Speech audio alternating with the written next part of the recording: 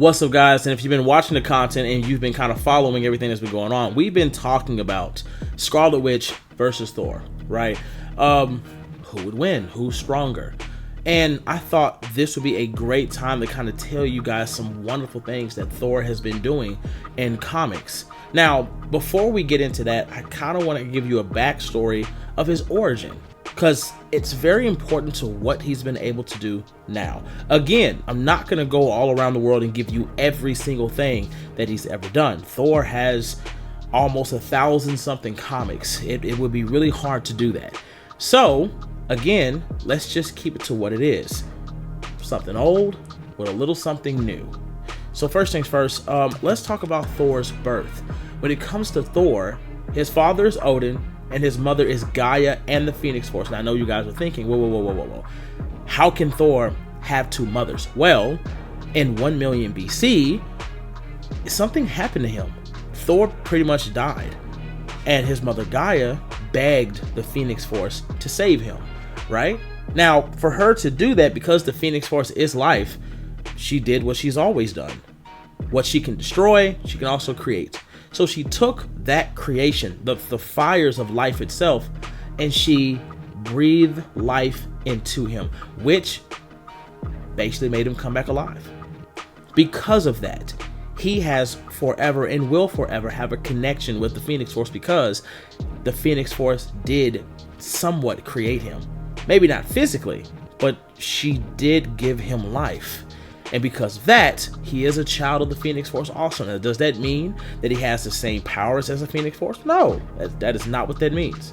It does mean he does have access to that power. He has access to the Firebird that she gave him.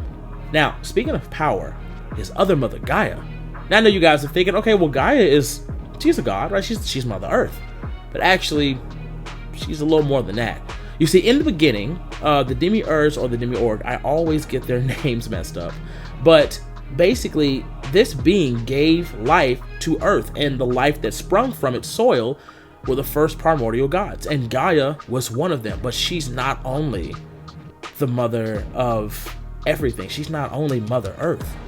You see, Gaia is also a part of the pantheon that sits above Shadow. And she also got remade by that same life force that gave her life. So Gaia is very powerful. And she went through all this before Thor was ever born. So with Thor having the power of Odin, having the power of Gaia, specifically a connection to those that sit above Shadow, and the Phoenix Force, Thor is very powerful. He's a force to be reckoned with. Now that we've gotten the old out of the way, let's get into some of that new. And that new is what's new with the hammer. And yes, I'm talking about Thor's hammer. Guys, if you didn't know, the spirit that resides inside that hammer is practically a god. It actually broke off from two gods fighting each other in the universe, and it flying across galaxies, you name it, breaking through every planet or moon that it came in contact with until it fell to Asgard. And Odin basically took the ore that it was made out of, and he basically formed and trapped it into a hammer. Now, the hammer never obeyed Odin. Odin didn't like that. It also tried to destroy Asgard at one point. But he basically sealed it away, and there was nothing it could do, right? Except for the fact that the hammer at some point would actually leave and go off to find its own wielder, which was the first Black Panther. The first Black Panther in recorded history is the first human being, or the first mortal, that the hammer actually ever chose to be its wielder of its own volition. Now, later on, the hammer was transferred over to Thor, but guys, I don't know if you knew this or not, the hammer killed Odin. Yeah, the same hammer that he used to use back in the day cracked his back. And cracked his back in such a way that it will go down in history as the greatest back cracking known to man.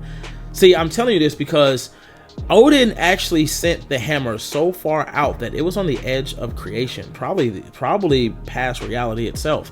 And the hammer was not only able to come back within seconds, it actually took that force and that speed, and that's what it used to kill Odin.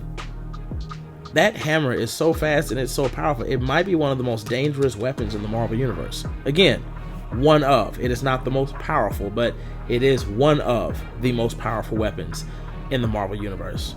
But now that we've discussed the hammer, we got to discuss Thor, right? Because Thor was the one that made the hammer stronger than what it was. Thor actually had the ability to not only make the hammer whole, but to make it stronger than it's ever been. He basically recreated it. So the feats that it had, destroying Odin the way that it did, it's way more powerful now. But again, now let's talk about Thor. What has Thor been doing lately? And what new powers does he have? Well, besides the fact that we now know that he has the power of the Phoenix Force, or at least its fires, and the fact that when Odin died, he pretty much gave him the full totality of the Odin Force, which is now called the Thor Force, we also found out in Immortal Thor that Thor's becoming something that we just haven't seen before.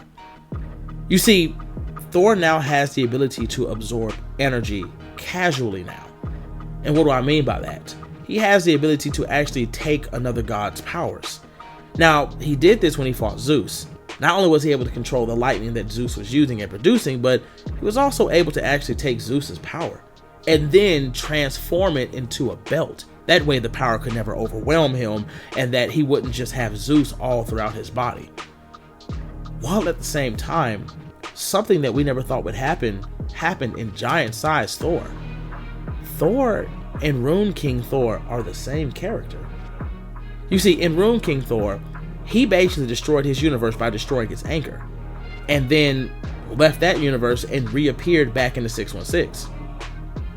But he forgotten everything he did when he was Rune King Thor. In giant-sized Thor, yeah, he got those memories back. And not only does he remember them, his healing factor increased. Thor can now pretty much heal any wound that you basically deal to him. I mean, even in Blood Hunt, we saw him stabbed in his head and it didn't kill him, guys. It didn't take it. It just kind of stopped him for a little bit. But if Thor has the power of Rune King Thor, and he has the knowledge of runes, which again, in Immortal Thor, they've been kind of touching on that, teaching Thor how runes work. But now he has that knowledge, so nobody has to teach him anything. He understands. This is knowledge he had already had, which means Thor is more than likely 2 to 3 times more powerful than Odin, because Rune King Thor actually did the same trials, he just did more. Instead of taking out one eye, he took out both. And instead of basically hanging for a couple of days, he hung longer, which made him double the power of what Odin already was. And now that he's reclaimed that power, plus being connected to Gaia and those who live above Shadow, to again having the ability to take God's powers like Zeus and turning it into a belt, or the fact that he now has the full totality of the Odin Force. And guys, did I mention he has the fires of a phoenix? Yeah, Thor is broken at this point, guys. It's so much that he can do. It's so much that he's been given the opportunity to do. I mean, for the love of God, bro, we saw him turn back time.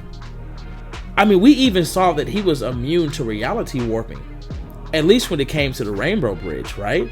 Because MODOK actually had that power, and he had the ability to warp reality, and it didn't work on Thor.